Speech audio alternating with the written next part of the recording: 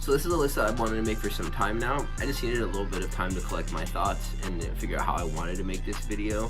I went through the Wikipedia list of all of the recent main events since I started watching in 2020, and I picked out the best fights that I can remember from watching or just looking through all of the different cards. I probably missed a few, but we're gonna get into it. From like 2020 on to now, whenever I started becoming a fan of the sport, I just want to talk about the greatest fights I've ever seen. So to get us started, I'm gonna have Alex Pereira versus Adesanya 1, or Pereira versus Roundtree is maybe like an honorable mention for this like part of the list. So I thought that Alex had his ticket cash in that first fight with Izzy after the first round, whenever he got hit with that straight punch and the hook afterwards that put him out on shaky legs. So that the second round was going to be it, and Adesanya was going to knock him out. He ends up rallying through the rest of the fight and putting it on Izzy to finish the fight in the 5th round. It wasn't a walk-off KO, but it was a standing one. It was a standing TKO against the cage. Adesanya protested the stoppage for months after the fight up until the rematch, which we won't mention, but this was the pinnacle of Alex's entire career up until this point. He was leading up to this moment, like winning against these guys throughout the rankings. He gets the belt off of the dude who ran from him in kickboxing and now becomes a superhero in a community who hadn't even knew who he was as a kickboxer. And like, that's super cool, man. So he was that guy at this point, and this was whenever the hype mounted in full. He became the guy on the cover of the UFC games. He was the middleweight champion, and he could easily hold 2 belts at once, as we were all thinking, you know. And like in that 5th round, Pino Cruz, his coach, and this other guy who was in his corner, he got him fired up, and like he went so hard. He got him fired up so hard to win this fight. The translator said that Pino told Alex, like, you have 5 minutes to become world champion. You have to knock him out. It's time to go. You have 5 minutes left. Active with your defense and combos. Just breathe.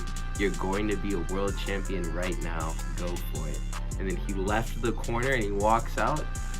The referee is looking at both of them, and as he's walking to his side of the octagon, he mouths to Adesanya, I'm ready to kill, in Portuguese. And the rest was history, bro. So this is one of the greatest moments in the sports history, I think. One of the greatest fights I've ever seen, for sure. The Pereira fight with Roundtree was just a complete display of his full range of abilities, and it was just cool to see him style on someone who didn't just fall in like the first few clean shots. So that's another reason why I'd mention an Alex Pereira fight that wasn't this one, but I think that this just meant more to me because I was so heavily invested in Pereira at his 185 title run, so it felt really good. We're gonna move on to the next best fight that I've ever seen. Israel Adesanya is another mention here on the losing side of one of the greatest fights I've ever seen. Dricus du Plessis versus Israel Adesanya. Adesanya, say what you want about him, has been in some really cool fights, but by far this was the one that was my favorite of his because of how great he looked. His cardio was the only thing that didn't look as sharp as usual, but that was just because he looked a lot bigger and stronger in the cage this time, and he fought differently in this fight than he normally does because he was super aggressive, like on a whole nother level of aggression. And I've never seen Izzy go for it more than he did in this fight. And he looked like he was hitting Dricus very hard, especially with like shots to the body too. I'd never seen Izzy really bury on his boxing combos like that. He looked very good. Dricus did look very measured too though, and he was still very powerful. So the first 2 rounds were basically a chess match. Dricus demonstrated the ability to control Adesanya on the ground, and most of us felt like this would be an important narrative moving on later into the fight. Dricus was giving Izzy all types of looks. The blitzes looked sharp. He also looked good, and the takedowns, and they were working too. So round 3 was one of the most active rounds from Adesanya I've ever seen. His output was phenomenal in this round. Knees, brutal hand combos to the body of Dricus, like I had said before. Nobody had even attempted to use really like digging into the body on Dricus. Nobody even thought to do that before, but it almost seemed like Adesanya exploded a hole in Dricus' striking that he could have won through. But a motivated Adesanya, it was crazy to watch him fight.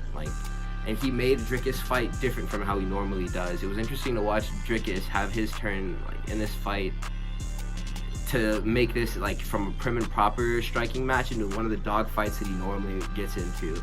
It always ends up becoming one of these. So I'm very grateful for the fact that Dricus won this fight by submission. One of the greatest fights I've ever seen. I can't wait until it becomes a free fight so that we can watch it again. Probably for Dricus' next fight, they'll make this a free fight on YouTube. One fight that I think might already be a free fight, or you could just find it on the internet pretty easily. Sandhagen versus Dillashaw. This was one of like the biggest pay-per-views that I had seen in like the Apex whenever they'd come back. This was in, I think, the empty arena, dude. And this was a really controversial fight too. I don't really care who won this fight, because this was literally like two people being made to fight for their lives, dude. TJ Dillashaw really impressed me with this performance too, even though I definitely feel like he lost. Corey Sandhagen was going for flashy jumping attacks like he knocked out Frankie Edgar with. He was trying to put TJ Dillashaw away early, and TJ ended up eating this flying knee in order to initiate a takedown. He grabbed hold of Corey, but Corey transitioned beautifully from this flying knee into a reverse triangle, and he almost finished TJ from it. And this started like this crazy grappling scramble where he went to one of Corey went to one of TJ's ankles, and he started attacking this like heel hook or this toe hold or something. He ends up popping TJ's meniscus and LCL in this transition, and this happened super early in the fight, and TJ still marched forward and hit Corey with some really big shots and took him down repeatedly throughout the fight. Corey was definitely more active on the feet as far as striking went. I think that's why this was like super surprising that he didn't win, especially after this one check hook landed and it cut TJ Dillashaw like directly down his face, and it opened him up pretty badly. So TJ is just a machine, and he never got like really badly hurt. And I'd love to see him have fought Merab at this point, honestly, if he like never had to deal with injuries through his career. It would have been a fun fight. So, what could have been again.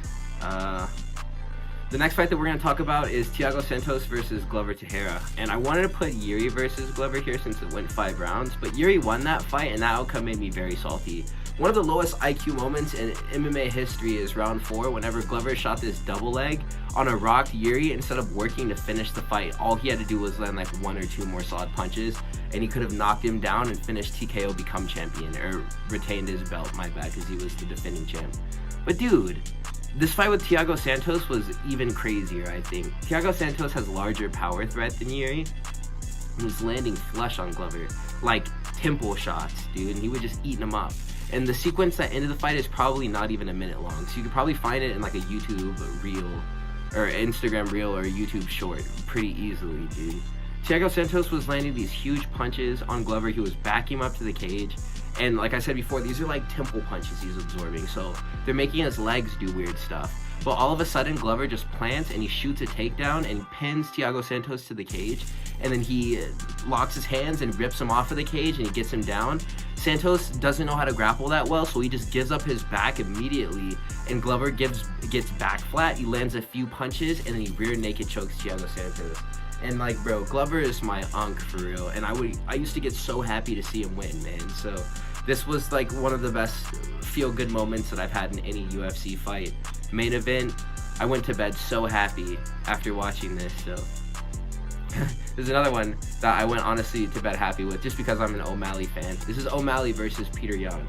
This fight definitely should have given O'Malley more respect, even though it was like a sketchy decision that he won, you know? Yan was dropped by Figueiredo in their fight, but this is the only other guy to drop Petr and hurt him on the feet, bro. Everyone else just got schooled. So we watch guys like Song Yadong, Corey Sandhagen, and Jose Aldo not be enough to win that fight, and they get toyed with by the end of the fight by Petr Yan. But Sean kept Petr honest the whole time and looked as sharp as ever, dude. So this wasn't a compromised Yan, and O'Malley looks pretty much as good as he does now. So this fight happened at the perfect time. I think we should all look past like the outcome, you know, maybe, and just try to see it objectively for like what it was. It was a really good fight, bro. And Sean O'Malley and Petr Yan are both very high level in striking, and they both deserve respect. So that's what I think about that one. We're gonna move on to the next fight to mention, and that's gonna be Islam Makachev versus Alexander Volkanovski 1. And this was like a Dragon Ball Z level fight, honestly. And you can make excuses for Islam for this fight being in Australia. There was a different rehydration clause, but Volk fought really well. And it was a short notice fight, and Islam was preparing for Oliveira, so you could definitely tell that. But having beaten up Oliveira already, Islam looked like he may have to battle for like the spot of #1 in the pound for pound rankings with Volk, bro. And that they would have a competitive trilogy after this fight. And that's what I was thinking, at least before, you know, Islam did what he did. some more like light on the circumstances of the fight in Australia, and that he'd come back to give his best performance, as he said in like the build-up of the second one, made me side with him ultimately, and I took those words to heart. But what this did for Volk was make him into like the phantom #1 contender in the world for pound rankings, like as people viewed Islam as illegitimate after he had defeated him in the first fight. They had a really good fight together, and Volkanovski got a crazy amount of hype going into the second fight with Islam, and just in general, for the fact that he took the fight on short notice and did so well. The fight was very important though because of how close it was, and the fact that Islam got dropped in the 5th round, and this was a really big moment because we had only seen Islam honestly have easy fights up until this point, and he beat Charles Oliveira super easily, and like, he hadn't been tested before, and this was the guy we all thought maybe could beat him in a rematch if they were like given another chance to fight. And it didn't happen, but the first fight was very interesting, so definitely gets mentioned. Alright, it's Future Micah back. I just had another idea. One of the greatest fights I've ever seen, probably the best fight I've ever seen, is just recently. It was on the UFC Noche card. It is Esteban Ribovics versus Daniel Zellhuber.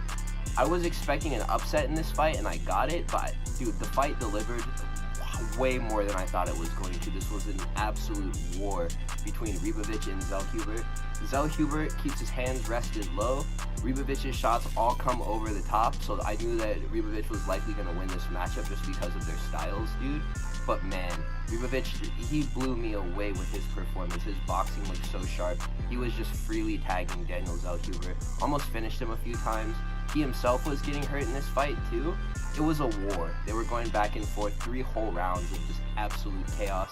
The first round of that fight, I think that one of them ended up on the ground to close the round. I think that it was Ribovics chasing a finish over Zellhuber.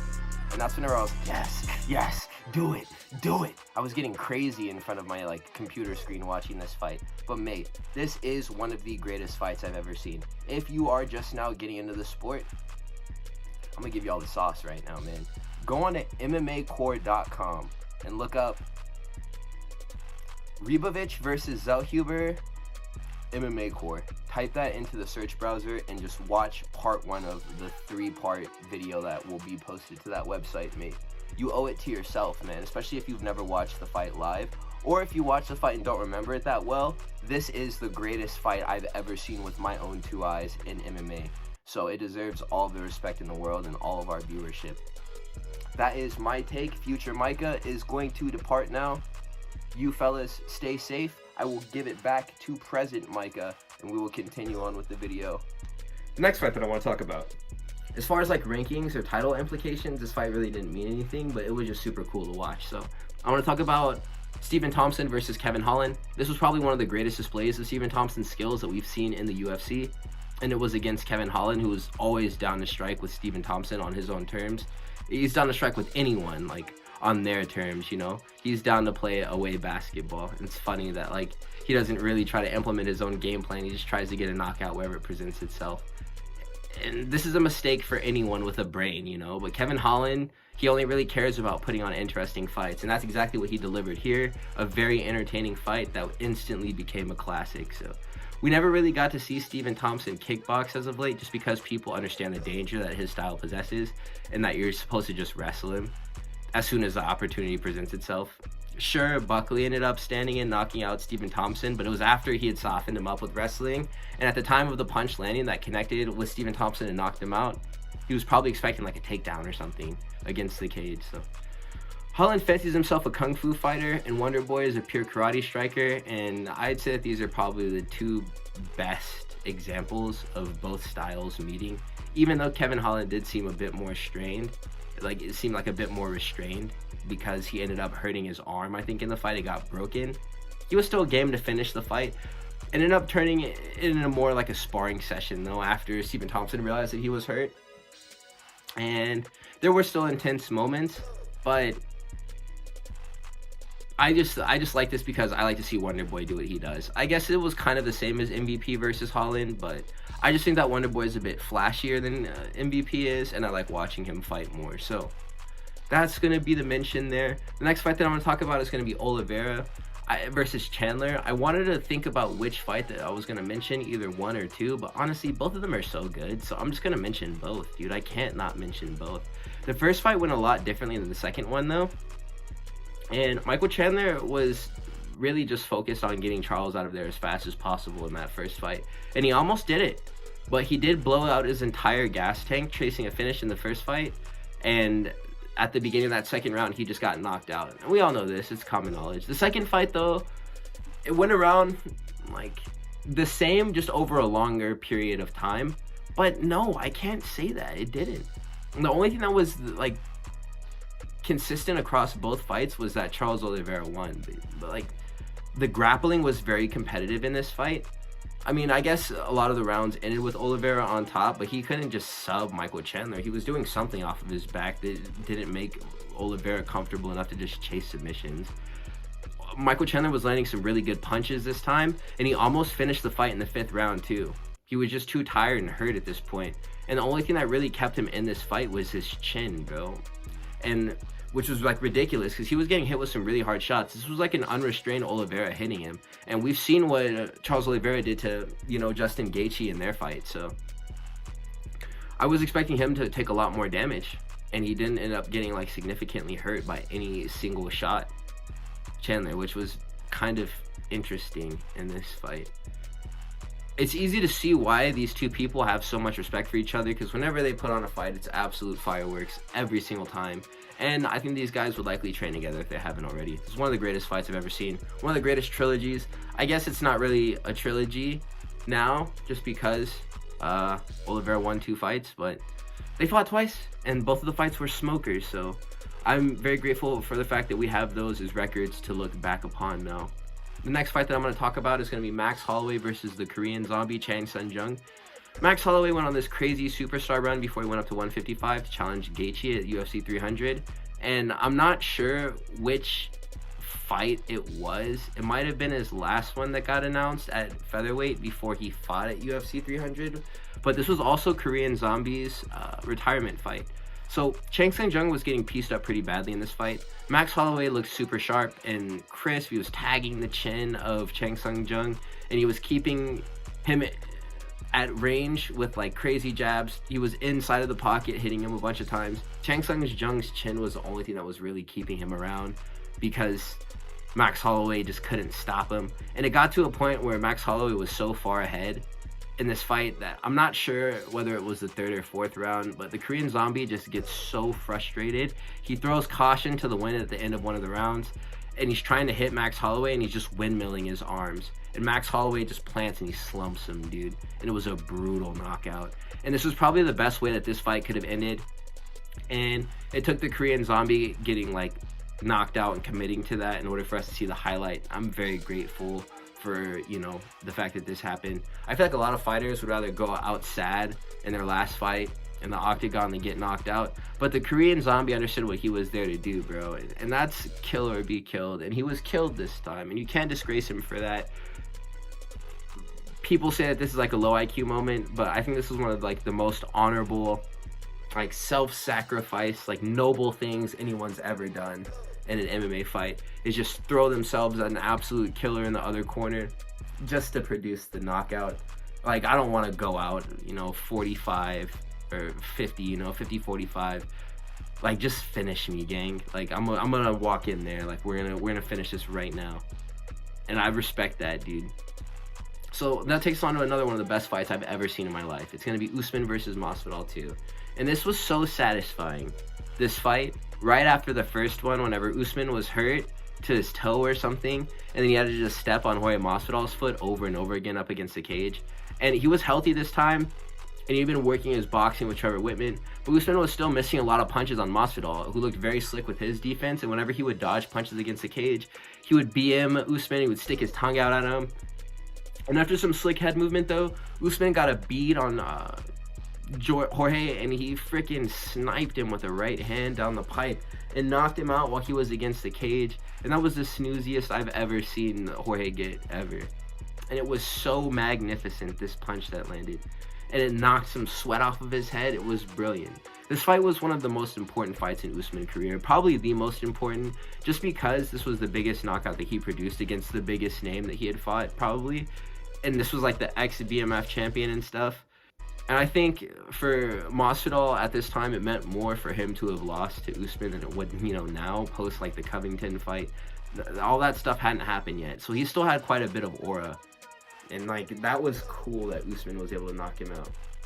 The next fight that we're going to talk about, it's going to be Miocic versus Cormier 3. And I would say this is probably one of the greatest displays of a fighter's making like on-the-fly adjustments ever in any fight. Miocic is very smart. Prime Miocic is a very smart fighter, and he's very good at what he did. He didn't look too good against Jon Jones in his last fight, but this is vintage Stipe. I want to remember Stipe Miocic by these performances and not by the one that we just saw most recently. Daniel Cormier had knocked out Stipe Miocic in their first fight, and then the rematch was here, and he was trying to work the same type of offense with like clinching and hand fighting over the top that he had used to knock out Stipe before with like this check hook. And his hands were up high, he was clinching, he was hand fighting. Stipe got a read on this and just pulled his hands away from like the clinch that Daniel Cormier would initiate to punch him in his liver over and over again. So he made this adjustment on the fly. This was a legendary fight because DC in his prime was very good, and Stipe in his prime was very good too. And this was the dirtbag era of heavyweight where everyone was eye poking and like nut shotting and stuff. This is like equivalent to that one era of the NBA where Ben Wallace was playing, just like street ball, dude.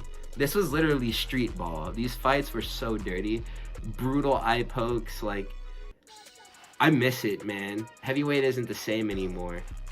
So let's go on to the next fight. It's going to be Ferguson versus Gaethje. And this wasn't one of the best fights per se.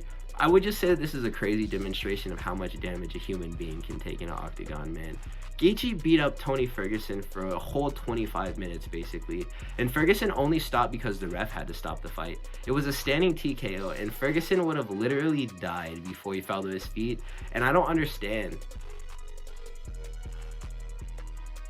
It was kind of freakish the way that he was able to get beat up and still like not fall. It was insane. So Suge had his moments too. At the very end of the first round, he dropped Gaethje with an uppercut. But tell me why that punch had all of his career potential as an MMA fighter inside of it. And whenever he landed on Gaethje, it all left his body in that one uppercut. So this is by far one of the most violent fights in MMA history. I would recommend anyone just getting in the sport to watch this fight before they do research into like who Tony Ferguson was and get attached to him. Watch this fight and then backtrack. You'll thank me later for sure. The last fight that we're going to talk about, call it recency bias, man. Jon Jones versus Stipe Miocic is one of the greatest fighters I've ever seen in my life, man. I had never really seen a Jon Jones fight up until just recently. Sure, we've seen, you know, like Cyril Gane versus Jon Jones, but that didn't count, man. He didn't even do anything. We didn't even get to see him do anything in that fight. Jon Jones' wrestling, though, is on an entirely different level. I knew that it was good from the last fight that he had, but he demonstrated more of it this time. I understand it now. And I'd never seen anything like that from anyone else in the octagon. Higher weight class, lower weight class. The amount of dominance he put forth in the grappling is ridiculous. The striking too is also very high level. Even though he doesn't have crazy power in his hands, he can still score with his boxing, and his defense is so good. His mobility off the back foot is something like I've never seen before, and the way that he like rolls with punches just by moving his head is almost Anderson Silva-like, bro. It's really crazy. The power he possesses in his kicks as well is something so notable. That spinning back kick that he landed against Stipe was so well placed and powerful. I want to see Jon Jones fight more, man. Like, I'm not even mad at the fact that Stipe couldn't continue, though. I really wanted to see him fight more in that fight, but I'm not mad at the fact that Stipe couldn't continue after that. That was such a hard kick, bro. That spinning back kick, if it lands against Ngannou, it takes him out. If it lands against Aspinall, it takes him out. Any other light heavyweight or heavyweight that you can mention gets frozen by that back kick, dude, if they just stand there and take it. Stipe definitely looked like a shell of his former self, and if we're comparing him to, you know, the DC fights, that I've mentioned before, but he was definitely a heavyweight contender. And I would say that a lot of the other contenders in heavyweight would struggle with him, even in the state that he had fought Jones in. So Jon Jones is the greatest fighter of all time, and that was his best showing at heavyweight. So I've had a young life. I've watched a lot of fights though. These are my favorite fights, at least that I can remember off the top of my head. I'm sure you guys have certain ones in mind that I didn't talk about. Please tell me about those fights in the comment section. I want to have a little discussion. So thank you guys for watching up until this point. Please like, comment, and subscribe on this video. I will catch you fellas in the next one. Peace out. Have a wonderful day.